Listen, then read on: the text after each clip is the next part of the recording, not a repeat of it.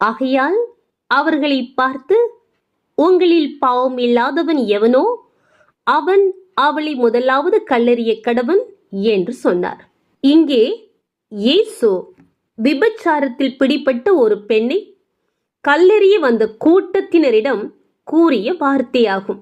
வேத பாரகரும் பரிசேயரும் விபச்சாரத்தில் கண்டுபிடிக்கப்பட்ட ஒரு ஸ்திரீயை இயேசுவிடம் கொண்டு வந்து அவளை கல்லெறிந்து கொள்ள வேண்டும் என்று மோசே நியாயப்பிரமாணத்தில் கூறியுள்ளதாக சொன்னார்கள். இந்த சூழ்நிலையில் இயேசு தரையில் எழுதி கூட்டத்தினரை பார்த்து, உங்களில் பாவம் இல்லாதவன் முதலில் அவளை கல்லெறியட்டும் என்று கூறினார். அவர்கள் இயேசுவின் வார்த்தையை கேட்டு தங்கள் குற்ற உணர்வால் ஒவ்வொருவராக வெளியேறிவிட்டார்கள். ஆமென்.